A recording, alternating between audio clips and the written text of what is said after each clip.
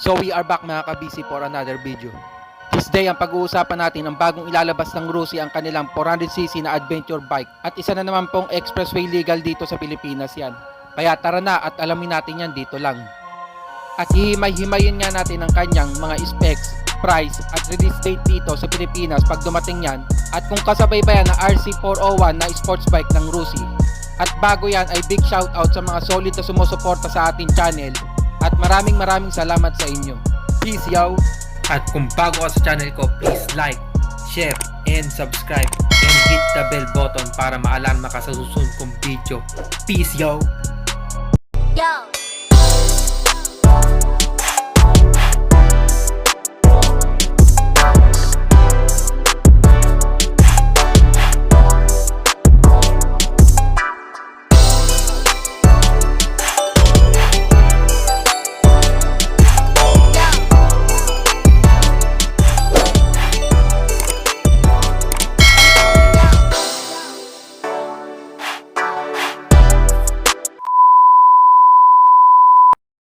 And so we are back mga kabisi.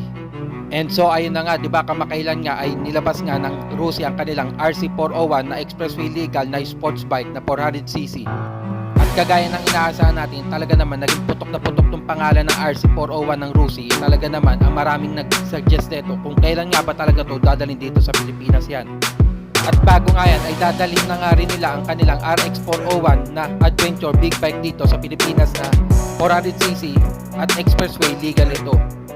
Kaya naman ay napakaganda nito para sa lineup ng Rusi dahil nga nakumpleto nga nila ang kanilang sports bike, classic bike at adventure bike. At aasahan natin na papatok yan dito sa Pilipinas dahil alam naman natin si Rusi ay nagbibigay ng presyong pangmasa at abot kaya. At kung isa ka sa naghahangad na magkaroon ng isang adventure bike na alam naman natin ay talaga naman napakaganda niyan para sa ating kalsada na hindi naman gaano kagandahan at maaasahan din natin yan kung isa ka sa mahilig na mag-adventure at mag-long ride. At kung isa ka sa naghahangad na magkaroon ng isang powerful at talaga naman comfortable ay ito ang isang maire-recommend ko, talaga naman subok na ito. Mapalubak, mapaputik at hindi gaano kagandahan na kalsada ay talaga naman maaasahan mo itong motor na ito. At ayon nga sa mga nakapag-test ride nito o nakapag-test unit nga nito ay ang nasabi nga nila napakaganda ng kanyang performance at ang ganda ng mga kanyang features. Kaya naman ito ang isa sa mga i-recommenda ng mga na gusto mag-umpisa o mag-try ng isang adventure bike. Napakaganda nga ng adventure bike nito dahil napakagaang nito ayon sa mga nakapag-try nito. At alam naman natin napakamamahal ng mga adventure bike dito sa Pilipinas. Nandiyan nga ang Ducati, BMW, Pinelli at ang kanilang makabagong Bodge. Kaya aminin natin na medyo matatagalan tayo para makuha yan. At kung isa ka nga sa kapuspalan o tight lang iyong budget o talaga naman sakto lang iyong budget, ay ito na siguro ang unang papasok sa utak mo na magkaroon ng isang adventure bike na abot kaya. Kaya isa si Rusi ang magbibigay sa iyo ng katuparan niya para matupad yan. At kung isa ka sa nag-iisip kung okay ba itong motor na ito sa specs and features nito, ang maisasagot ko ay okay na okay ito. Dahil sa itsura pa lang sa unahan, sa kanyang tindigan, sa front, ay talaga naman makikita natin na walang pinaggayahin ito sa kanyang originality na imahe. Sa unahan ay makikita natin ang kanyang LED headlight at meron tong adjustable windscreen at meron tong crash guard na rin nakasama. At kung titingnan nyo nga ito sa night mode ay ito magiging itsura niya at talaga naman napakaangas at napaka-pogi. Syempre samahan mo na yan ng mga LED lights. At syempre samahan mo na ito ng TFT display at ang mga switches niya ay talaga naman makikita mo dito naka-LED light to na may supporting light sa kanyang outer lane. Kaya goods na goods to para hindi tayo malito. At syempre samahan mo ito ng tar hugger at napakaganda ng kanyang posisyon ng exhaust dahil naka-elevated to paangat.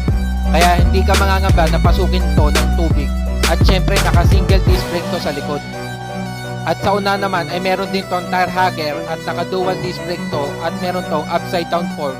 At syempre kasama na dyan ang kanyang pinakamagandang ABS. At kung nangangamba ka nga kung hindi mo abot ito dahil nga isang adventure bike to, ay good news dahil nga ay napakababa ng kanyang seat height. Kaya pasok na pasok ang average height dito. At syempre pinagmamalaki nila ang pinakabago nilang frame dito na ginamit. Kaya naman napakagaang neto para sa atin. Kaya goods to para sa beginners. At kung naghahanap ka ng added features nito kagaya ng Bluetooth connectivity, adjustable windscreen, 20 liters of gas, ABS to front and rear, naka-TFT display, LED light, low seat height at top box, may side boxes to kasama at USB port charging.